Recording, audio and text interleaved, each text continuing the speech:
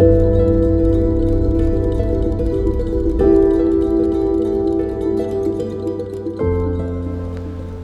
și tu ești în căutarea unui teren generos, cu front la râu, unde să poți desfășura activități agroturistice, sau poate îți cauți un loc frumos unde să-ți vezi de hobby-uri, să culegi prune și să faci horincă, și încă nu ai găsit proprietatea potrivită, atunci acest videoclip este special pentru tine. În acest video și în celelalte care vor urma, îți prezentăm cele mai interesante proprietăți din portofoliul nostru. Proprietăți diferite, speciale, în locuri în care cel puțin timpul îți este prieten. Dacă și tu ai o astfel de proprietate și dorești să o vinzi, atunci nu ezita să ne contactezi. Detalii în descriere. Astăzi am să vă prezint două proprietăți foarte interesante cu legătură între ele. Înainte de a vă spune caracteristicile proprietăților, dați-mi voie să vă descriu locul în care se află.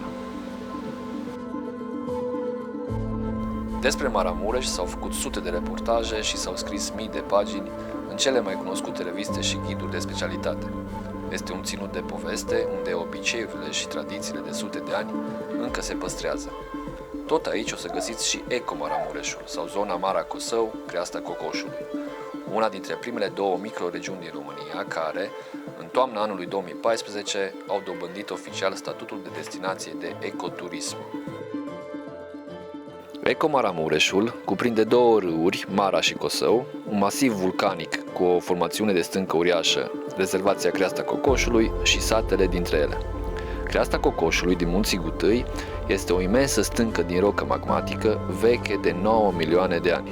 Ca să fie mai digerabilă această cifră, recomandăm un pahar de horincă și abordarea unui subiect mai apropiat de noi ca și timp, de exemplu mamutul lânos. Ultimul care hoinărea prin aceste zone a fost văzut de un maramureșan sapiens acum doar 10.000 de ani. Cum vă ziceam, este un ținut cu istorie.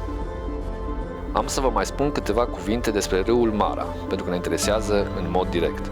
Acesta se formează în munții Igniș, la confluența văilor Runcu și Brazi, adună ape de pe un bazin de peste 400 de kilometri pătrați, iar apoi se varsă în Iza.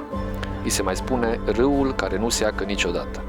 În drumul său formează Valea Marei, cea mai importantă axă de circulație a Maramureșului, DN18. Pe Valea Marei este situată și o localitate numită Hărnicești.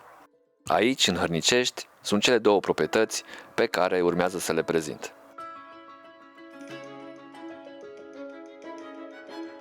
Prima proprietate este o pensiune tradițională maramureșeană. Pensiune turistică în construcție, realizată în proporție de peste 60%, situată pe o uliță cu asfalt și rețea de apă, la 200 de metri distanță de DN18. Clădirea este construită pe un pod de terasă fluvială înaltă, beneficiind astfel de o panoramă largă spre craterul Gutinului și Creasta Cocoșului, plus o priveliște spre dealurile piemontane cu peisaje tipic maramureșene, deschisă larg până departe spre munții Maramureșului. Pensiunea are un amplasament în teren care îi conferă un aspect de casă tradițională maramureșeană, chiar dacă amprenta la sol este de 229 metri pătrați plus 16 metri pătrați târnațul din față, cu camere pe 3 nivele și cu o suprafață desfășurată de 650 de metri pătrați. Structură solidă, cu design și siluetă conform geometriei sacre a Maramureșului, construită din armătură și beton, cărămidă poroterm și piatră vulcanică aplicată pe fundație. Acoperiș tradițional acoperit cu 70.000 de bucăți de șindrilă, geamuri în sistem termopan cu nuanță de lemn de stejar, șatră sau cerdac tradițional maramureșan cu fronton din lemn de stejar. Pensiunea are capacitate de 10 camere duble, omologabile, chiar și la 4 sau 5 stele, cu baie în fiecare cameră, sală multifuncțională pentru 50 de persoane, plus bucătărie și grup sanitar. Situată pe un teren în suprafață de 3554 metri pătrați, cu front de 33 de metri și lungime de 108 metri, dispune de drum de acces la ambele capete ale terenului. Pe aceeași uliță cu asfalt, la 300 de metri de pensiune, avem cea de-a doua proprietate numită La Moara. Este un complex hidraulic acționat de apa râului Mara, compus din două clădiri, clădire cu moară, piuă și vâltoare, și clădire anexă formată dintr-un grajd și șură, ambele fiind construcții solide. Terenul pe care se află acest complex are o suprafață de 14.000 de metri pătrați, din care 10.000 intravilan. cu front la râu de 330 de metri pe malul stâng și încă 100 pe malul drept, practic poți să spui că râul Mara scurge prin curte. Frontul la râu de 330 de metri este consolidat cu structură solidă cu roci vulcanice masive. Avem un canal pentru apa instalațiilor lung de peste 150 de metri, lat de 4 metri și cu diferență de nivel între extreme de 3 metri. Există bifurcație din canal și debit suficient pentru hidroenergie. La contactul cu proprietatea este și confluența râurilor Mara și Breboaia. Proprietatea dispune de condiții favorabile amenajării unei păstrăvării, având orientare sudică, apă suficient de rece și curată pentru păstrăvi, debit al apei foarte ridicat, suprafață de teren pretabilă amenajării și o pantă favorabilă utilizării apei prin cădere gravitațională. Aproape jumătate din suprafață, în special cea dinspre râu, este acoperită cu pădure matură, cu specii foarte variate.